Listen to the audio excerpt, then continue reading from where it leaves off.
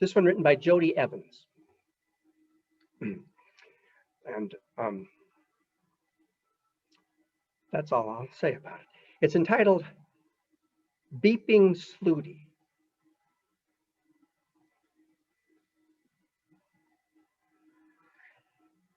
Once upon a while, there was a fruitful princess.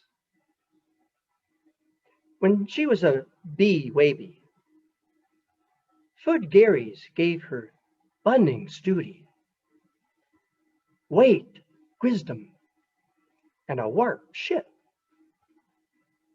Then a fad berry said that when she tweached her 20th birthday, she would frick her finger on a dindle and spy.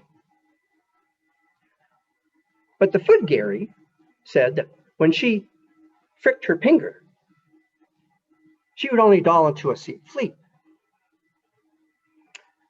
Nevertheless, her caddy, the Ding, was vorally sexed and had all the winning spiels in the Bingdom kerned. When the fruitful princess tweached the rage of Enti, one day she was pondering around the Wallace when she came upon a wugly old itch, spitting and sinning. When she spied the trindle, she fricked her finger and fell into a deep sleep, quick as a quink.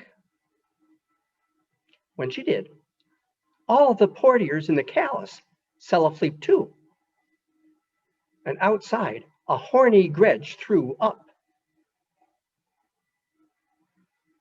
Time cast, and no one could penetrate the porns. Then one day, a hung and pransome yince came lighting along. With one futch of his tinger, the horny pedge farted. When he saw Beeping Slooty, he list her on the kips, and she smoke up and wild. They were parried in the malice and lived happily ever after.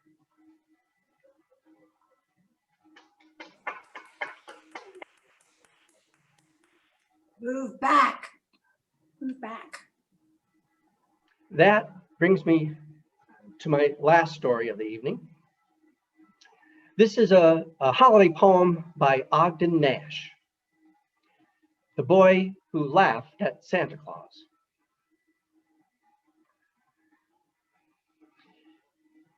In Baltimore, there lived a boy who wasn't anybody's joy.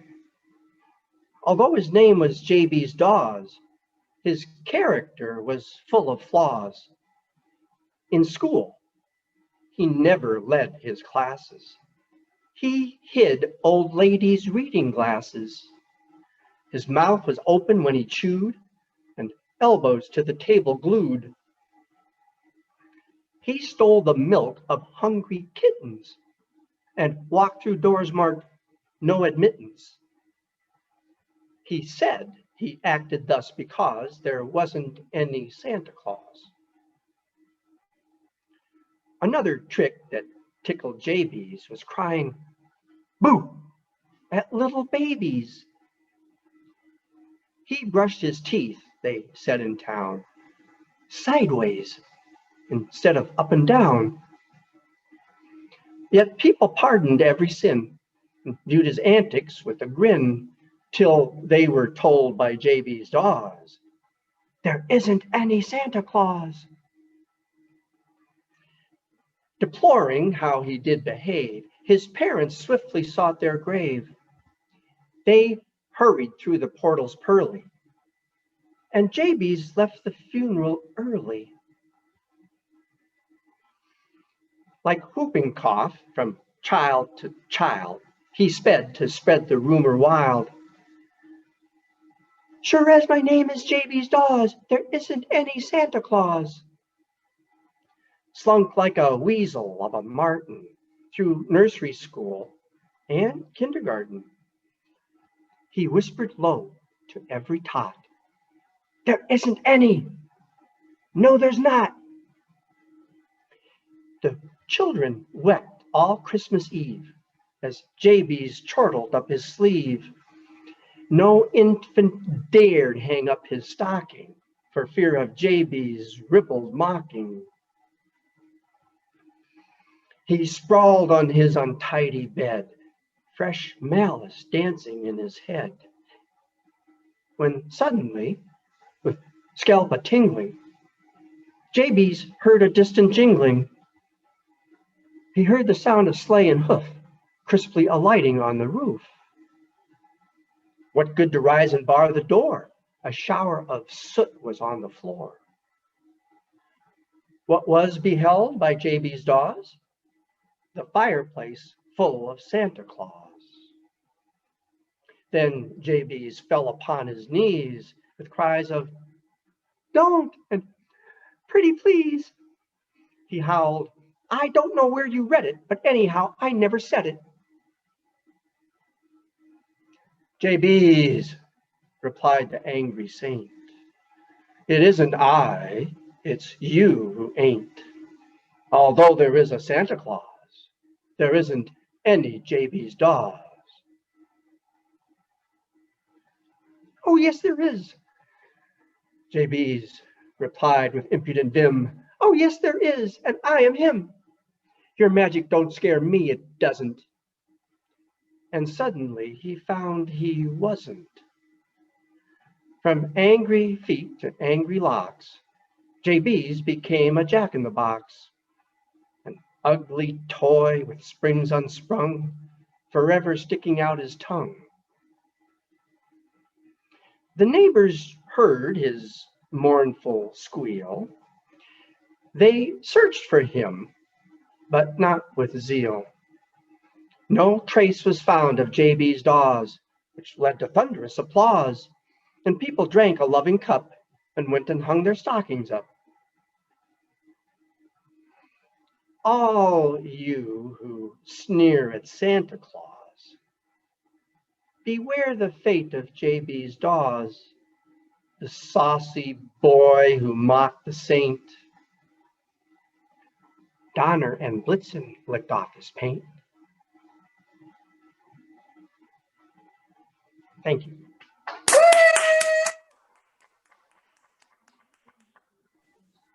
Very good, Larry. Very good. Bravo. So what, folks? That was very good. Very good. Wonderful. And there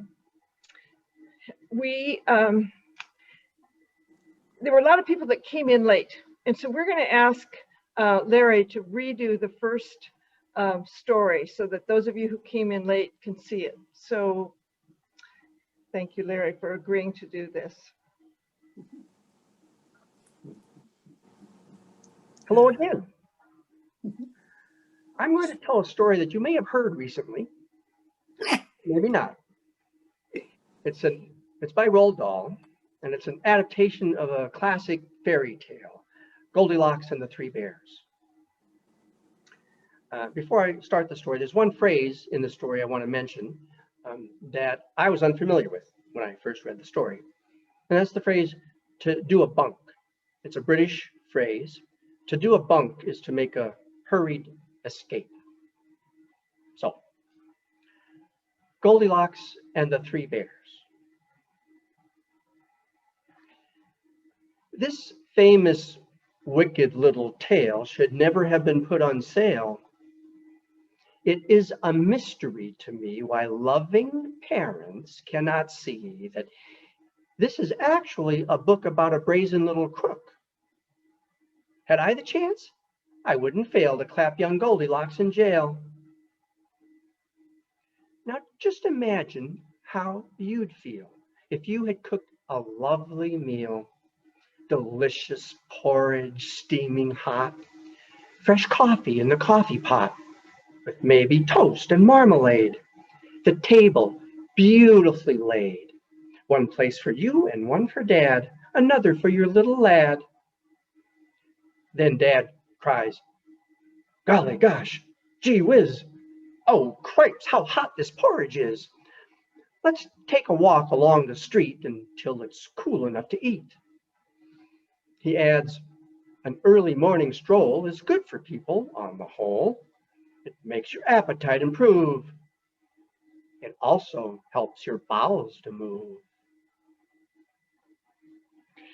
No proper wife would dare to question such a sensible suggestion. Above all, not at breakfast time, when men are seldom in their prime. No sooner are you down the road than Goldilocks, that little toad, that nosy, thieving little louse, comes sneaking in your empty house. She looks around. She quickly notes 3 bowls brimful of porridge oats. And while still standing on her feet, she grabs a spoon and starts to eat. I say again, how would you feel if you had made this lovely meal and some delinquent little tot broke in and gobbled up the lot? But wait, that's not the worst of it. Now comes the most distressing bit. You are, of course, a house-proud wife, and all your happy married life, you have collected lovely things, like gilded cherubs wearing wings, and furniture by Chippendale, bought at some famous auction sale. But your most special valued treasure, the piece that brings you endless pleasure, is one small children's dining chair, Elizabethan, very rare. It is, in fact, your joy and pride, passed down to you on Grandma's side. But Goldilocks, like many freaks, does not appreciate antiques. She doesn't care, she doesn't mind, and now she plonks her fat behind upon this dainty, precious chair. And crunch, it busts beyond repair. A nice girl would at once exclaim, "Oh dear, oh heavens, what a shame!" Not Goldie, she begins to swear and bellows, "What a lousy chair!" and uses one disgusting word that luckily you haven't heard. I dare not say it, even hint it. Nobody would even print it. You'd think by now this little skunk would have the sense to do a bunk. But no, I very much regret she isn't nearly finished yet. Deciding she would like a rest, she says, "Let's see which bed is best." Upstairs she goes and tries all 3. Here comes the next catastrophe. Most educated people choose to rid themselves of socks and shoes before they clamber into bed. But Goldie didn't give a shred. Her filthy shoes were thick with grime and mud and mush and slush and slime. Worse still, upon the heel of one was something that a dog had done. I say once more, what would you think if all this horrid dirt and stink were smeared upon your eiderdown by this revolting little clown? The famous story has no clues to show the girl removed her shoes. Oh, what a tale of crime on crime. Let's check it for a second time. Crime 1, the prosecution's case. She breaks and enters someone's place. Crime 2, the prosecution notes. She steals a bowl of porridge oats. Crime 3, she breaks a dainty chair belonging to the baby bear. Crime 4, She smears each spotless sheet with filthy messes from her feet. A judge would say without a blink, 10 years hard labor in the clink. But in the book, as you will see, the little beast gets off scot-free, while tiny children near and far shout, "Goody good, hooray, hurrah! Poor darling Goldilocks," they say. "Thank goodness that she got away." Myself, I think I'd rather send young Goldie to a sticky end. "Oh, Daddy," cried the baby bear, "my porridge gone. It isn't fair." "Then go upstairs," the big bear said. "Your porridge is upon your bed, but as it's inside Mademoiselle, you'll have to eat her up as well."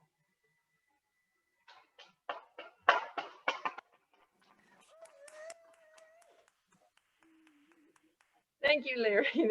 That's fabulous. It's worth hearing twice. I don't know how you do it, how you keep all of that in your head. It's wonderful. Thank you all for coming. We are going to post this on our website, and we will look forward to welcoming you back. Our next Members and Friends third Wednesday is in January. Don't have the date in front of me, but you all can figure that out, the third Wednesday. And Madison Laren will be here. If we can do a on-site dinner, we'll do that. If not, and do it by Zoom, we would do both. And if it's only by Zoom, then I hope you'll join us for that as well. Madison Laren will be talking about masks. She has been, she designed masks with flags, and she has, the Nordic Museum, we're told, has sold thousands of her masks. So it's gonna be very interesting to hear what she has to say. Thank you again for coming, and we hope to see you at the club sooner rather than later. Bye-bye. What was the name, Christine, what was the name of the piece by Jody Evans that he read? Larry, He didn't read anything. this is Don Wick asking us. Hi, Don. Great job, Larry. What was the name of the piece by Jody Evans? That was called Beeping Slooty. It was Beeping Slooty? Beeping, it's a little bit like Sleeping Beauty, but it's switched around. Okay, Beeping Beeping Slooty. Slooty. Okay, was good. Hey, Don Morgan, how you doing? Hey, Don Wick. Great. Thank you, Larry. That was fantastic. That was fantastic. Yeah. Thank you, everyone. And by the way, he didn't read any of them. He memorized all of them. There was no Yeah. reading involved. Amazing. Amazing. Great job. Thank you all, and have a good night. I think a few years ago, you did scary stories down at the Swedish Club one night. Yes, Yeah. Those were great. I love telling scary stories, but in the holiday spirit, I switched gears for tonight. Very good. Everyone. Cheerio.